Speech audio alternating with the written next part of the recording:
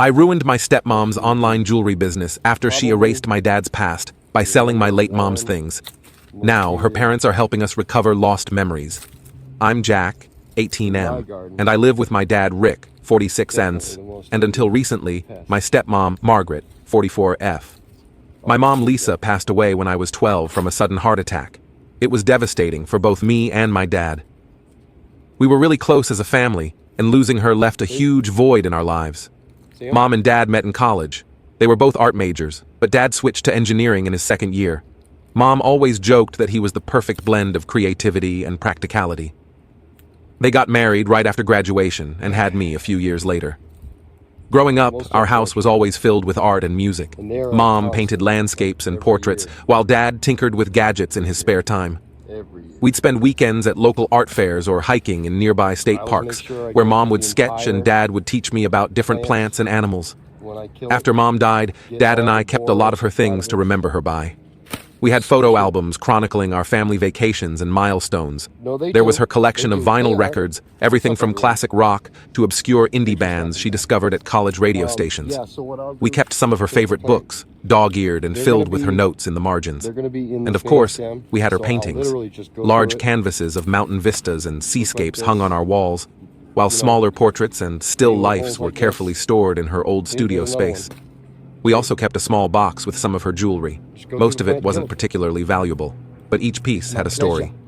There was the turquoise necklace Dad bought her on their honeymoon in New Mexico, the bracelet she wore to every one of my school events for good luck, and the simple silver ring her grandmother had given her. The box also contained a few letters she'd written to us over the years.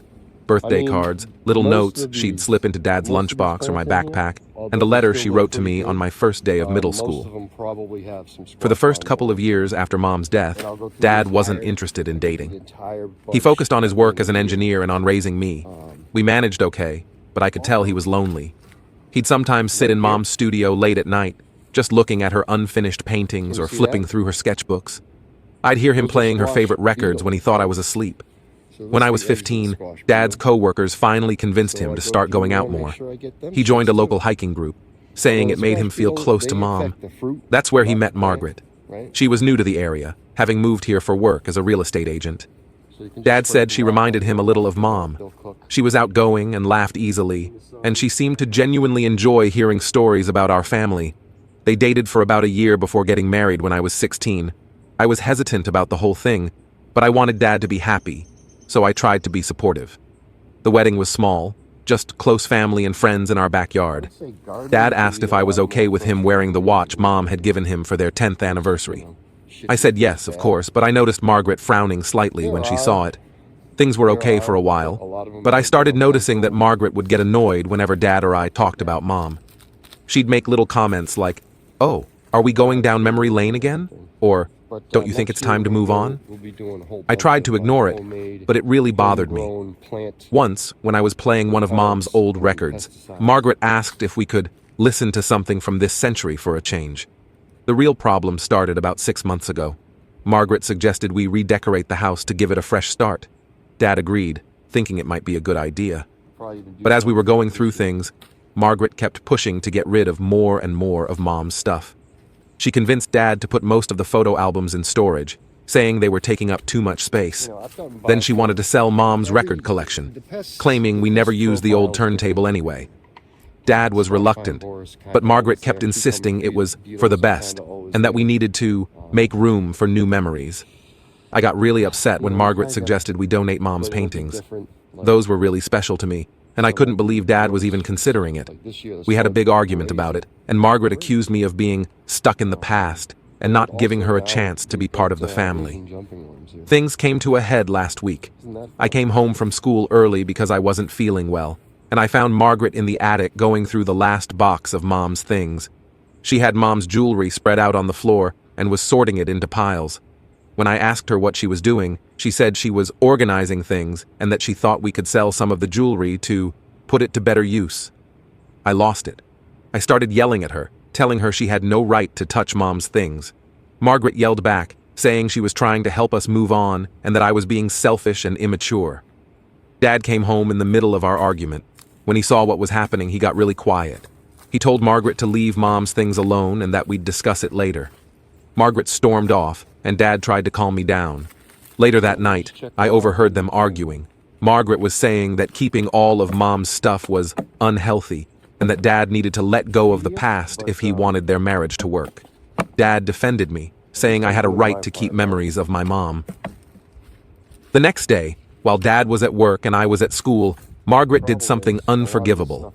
When I got home, I found that she had taken all of Mom's remaining things, the jewelry, letters, and even the paintings, and sold them at a local pawn shop. She said she did it for our own good and that we'd thank her later. I was devastated. Those were the last things we had of Mom, and Margaret had no right to get rid of them. The turquoise necklace from their honeymoon, gone. The lucky bracelet she wore to my events, gone. The paintings that captured moments of our life together, gone. Even the letter she wrote me for my first day of middle school, the one where she told me how proud she was of me and how excited she was to see the person I'd become, was gone. Dad was furious when he found out. He and Margaret had a huge fight, and he told her to leave. I've never seen him so angry. He kept asking her how she could do this, how she could erase these precious memories. Margaret tried to defend herself, saying she was just trying to help us move forward, but Dad wasn't having it. Now here's where I might be the asshole. I was so angry at Margaret that I decided to get revenge. I knew she ran a small online business selling handmade jewelry on the side. She was really proud of it and hoped to make it her full-time job someday. She'd often talk about how she was building her brand and how important Cuz Ricker reviews were for her success. I created a bunch of fake accounts and started leaving negative reviews on her online store.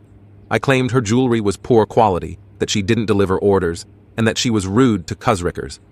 I wrote things like, necklace fell apart after one wear, and seller was extremely rude when I asked for a refund. I also reported her store for copyright infringement, claiming she was using stolen designs. Within a week, Margaret's online reputation was in tatters. Her sales dropped to almost zero, and the website she used threatened to shut down her store due to the complaints. She was devastated and couldn't understand what was happening. I overheard her crying to Dad, saying her dream was falling apart and she didn't know why. I know what I did was wrong, but I felt like she deserved it after destroying our memories of Mom. Those weren't just things she sold. They were pieces of our life with Mom, tangible reminders of her love for us. And Margaret took that away like it meant nothing. Dad doesn't know it was me, and Margaret's moved out while they figure out what to do about their marriage. Part of me feels guilty for potentially ruining her livelihood, but another part feels like it's justice for what she did to us. So, Reddit, Aida for destroying my stepmom's business after she tried to erase my dad's past. Edit. Wow, this blew up overnight. Thanks for all the responses. To answer some common questions. Yes, we tried to get Mom's things back from the pawn shop, but most of it was already sold. We managed to recover a few pieces of jewelry and one small painting, but that's it. No, my dad isn't planning to stay with Margaret. He's talking to a lawyer about divorce options. I know what I did to Margaret's business was wrong. I'm not proud of it, but I was just so angry and hurt. Update 1. It's been about a month since my original post, and a lot has happened. First, thank you all for your comments and support. Reading through everything really helped me process my emotions and see things from different perspectives. After my dad found out about what Margaret did, he immediately filed for divorce. It turns out that, in our state, selling a spouse's property without consent is considered a form of financial abuse. Dad's lawyer is using this to push for a favorable settlement. The lawyer explained that Margaret's actions weren't just morally wrong, but legally actionable.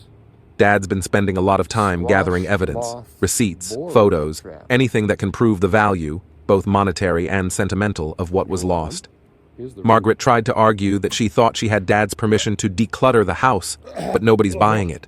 She even tried to claim that she put the money from selling Mom's things into a joint account, but bank records showed she'd actually transferred it to her personal account. When confronted with this evidence, Margaret broke down crying, saying she felt overwhelmed by living in a shrine to Mom and didn't know how else to cope. As for my actions against Margaret's business, I eventually confessed to my dad. I couldn't keep carrying that guilt, especially after seeing how supportive he's been. He was disappointed in me, but he understood why I did it. He made me promise to never do anything like that again, no matter how justified I felt. We had a long talk about healthy ways to deal with anger and grief, and how revenge often hurts the person seeking it as much as the target. Dad and I have been going through old photo albums and digital files, trying to recreate some of the memories we lost. We found a bunch of photos we'd forgotten about, including some great ones of Mom when she was younger. There's one of her in college, standing in front of an easel with paint-stained hands and the biggest smile on her face. Another shows her and Dad on their first date at a local art museum. It's been emotional, but also really healing for both of us. We also reached out to some of Mom's old friends and our extended family. They've been amazing, sharing stories and even some photos and small mementos they had of Mom. It's not the same as having her things back, but it's helping us feel connected to her memory. My aunt found an old scarf Mom had knitted for her, and she gave it to me. It's not much, but holding it makes me feel close. To Mom in a way I hadn't in a long time. One of Mom's college friends even found an old sketchbook of hers from their art classes. She mailed it to us, and it's been incredible to see Mom's early work and read her notes in the margins. There are sketches of Dad from when they first started dating, studies of landscapes from around campus, and even some early ideas for paintings she later completed. Dad and I spent a whole evening going through it, laughing and crying at the memories it brought back. As for Margaret, she moved out completely about 2 weeks ago. She tried to apologize, saying she realizes now how much she overstepped, but neither Dad nor I are ready to forgive her. She left a letter explaining that she felt constantly compared to Mom and thought removing her things would help her find her place in our family. While I can understand feeling insecure, it doesn't justify what she did. The divorce proceedings are moving forward, and Dad's lawyer thinks it should be finalized in a few months. It's been hard on Dad. I can tell he feels like he failed somehow, like he should have seen this coming. I've been trying to support him as much as I can, reminding him that Margaret's actions aren't his fault. Margaret's business is still struggling. I feel guilty about that, but I also can't bring myself to undo what I did. I know 2 wrongs don't make a right, but seeing her face consequences for her actions does give me some sense of justice. Still, the guilt gnaws at me sometimes, especially when I remember how proud she was of her work. Dad and I have been talking about maybe going to family counseling to work through everything that's happened. We're both dealing with a lot of anger and grief, and it might help to have a professional guide us through it. Dad's also considering joining a support group for widowers. He says he realizes now that he never fully processed his grief over losing Mom. In a weird way, this whole situation has brought Dad and me closer together. We're talking more openly about Mom, sharing memories, and supporting each other. It's been tough, but I feel like we're going to come out of this stronger as a family. We've started a new tradition of having a Mom night once a week, where we cook her favorite meal, listen to her music, and share stories about her. It's helping us keep her memory alive in a positive way. Update 2. It's been another month, and things have taken an unexpected turn. Margaret's parents reached out to my dad, wanting to meet and talk about everything that happened. Apparently, Margaret had told them a very different version of events, painting herself as the victim of an uncompromising stepson and a husband unwilling to move on. Dad agreed to meet them at a neutral location, a coffee shop downtown. I asked to come along, and after some hesitation, Dad agreed. When we arrived, Margaret's parents were already there, looking nervous and upset. I recognized them from the wedding, but we'd never really talked much. The conversation started awkwardly, with Margaret's mom asking why we were being so cruel to her daughter. But as Dad and I explained what really happened, how Margaret had systematically removed Mom's things and then sold the rest without permission, their expressions changed from anger to shock and then to shame. It turns out, Margaret had told them that we had agreed to sell Mom's things to move on, and that I was just being a difficult teenager who couldn't accept change. She never mentioned selling the items without our knowledge or consent. As we talked, more discrepancies in Margaret's story came to light. She had apparently told her parents that Dad was the one pushing to redecorate and get rid of Mom's things, and that she was just trying to support his wishes. Margaret's dad, who had been quiet most of the time, suddenly spoke up. He apologized profusely for their daughter's actions and said they had no idea things had gone this far. He shared that Margaret had always struggled with feeling like she was living in someone else's shadow, even as a child. Apparently, she had an older sister who passed away when Margaret was young, and she grew up feeling like she could never measure up to her parents' memories of her sister. While this backstory helped explain some of Margaret's behavior, it didn't excuse it. Margaret's mom started crying, saying she felt like she had failed as a parent. They both seemed genuinely horrified by what Margaret had done, and I could tell they were struggling to reconcile this with the daughter they thought they knew. To our surprise, Margaret's dad even offered to help us try to track down some of Mom's sold items. He said he had some connections in the local antique and art dealing community from his days as a hobby collector. Though we all knew it was probably too late for most of the items, the gesture meant a lot. The meeting ended with Margaret's parents promising to talk to her about her behavior. They seemed torn between wanting to support their daughter and recognizing the harm she had caused. Before we left, Margaret's mom hugged me, apologizing again, and telling me that my mom would be proud of how I'm handling everything. It was an awkward moment, but I could tell she meant well. So if you use a cover. A few days after the meeting, we got a surprising call. Margaret's parents had managed to track down one of Mom's paintings at a local art resale shop. It was one of her larger pieces, a stunning view of the lake where we used to vacation every summer. They bought it back and wanted to return it to us. When they came to drop it off, Margaret's mom broke down crying again, apologizing for everything that had happened. Seeing the painting again brought back a flood of emotions. I remembered the day Mom painted it. We had gone out on an early morning boat ride, and the mist was just lifting off the water. Mom had been so excited, saying the light was perfect. She spent the whole day working on that painting while Dad and I fished off the dock. Dad and I spent the evening reminiscing about that vacation, laughing at memories we'd almost forgotten, like the time I tried to learn to water ski and ended up doing a spectacular faceplant, or when Dad attempted to cook fresh fish over a campfire and nearly set the picnic table on fire. It felt good to remember these moments, to keep Mom's memory alive through our stories. As for Margaret, she's apparently not taking the divorce well. Her parents told us she's been struggling with the consequences of her actions, both personally and professionally. They mentioned that she started seeing a therapist to work through her issues. Part of me feels satisfied that she's facing repercussions, but another part feels a twinge of guilt for my role in damaging her business. Dad's been amazing through all of this. He started a small project to digitize all our remaining photos of Mom, and he's even talking about maybe taking up painting himself as a way to feel connected to her. He found an old set of Mom's paintbrushes in the garage that Margaret had missed, and he's been practicing with them. His first attempts are pretty terrible, but he seems to enjoy it, and it makes him smile in a way I haven't seen in a long time. We've also been reaching out to more of Mom's old friends and colleagues. One of her former students, now an art teacher herself, offered to help restore some of Mom's sketches that were damaged when Margaret tried to throw them out. It's been incredible to see Mom's work come back to life, and to hear stories about her from people who knew her in different ways than we did. Update 3. It's been 6 months since everything went down with Margaret, and life has finally started to settle into a new normal. The divorce was finalized last month, and Dad seems to be doing much better. He started going out with friends more, and even joined a local hiking group, something he and Mom used to love doing together. As for me, I recently started college, and it's been a big adjustment.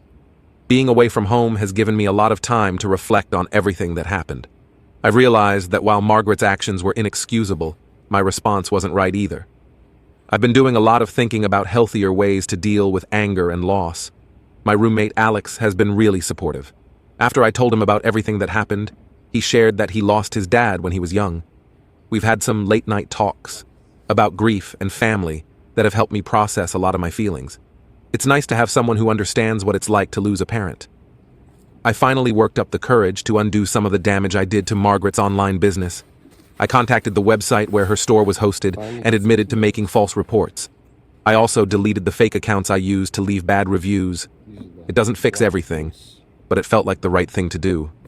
I haven't heard anything about whether her business has recovered, and I'm not sure I want to know. Dad and I still have our rough days, especially around Mom's birthday and the anniversary of her death. But we're learning to celebrate her memory in positive ways. We recently donated some money to the local art school in Mom's name, and they're going to hang one of her paintings in their gallery. It's the lake painting that Margaret's parents helped us recover. Seeing it displayed there, inspiring new artists, feels like a fitting tribute to Mom. Margaret's parents have kept in touch, which was unexpected but nice in a way. They've been supportive and respectful of our boundaries. Last month, they helped us organize a small memorial for Mom, inviting some of her old friends and colleagues. We displayed some of her artwork, played her favorite music, and shared stories about her life.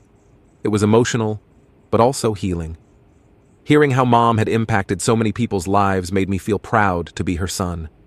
Dad gave a speech at the memorial that really stuck with me. He talked about how love doesn't end when someone dies, it just changes form. He said that by keeping Mom's memory alive and living in a way that would make her proud, we're continuing to express our love for her. It was beautiful and helped me see our grief in a new light. Looking back, I can see how grief and fear of losing memories of Mom led to so much pain and poor decisions all around. It's been a hard lesson, but I'm trying to take away something positive from it all. I'm learning that keeping someone's memory alive doesn't mean holding on to every physical object, but rather cherishing the impact they had on our lives.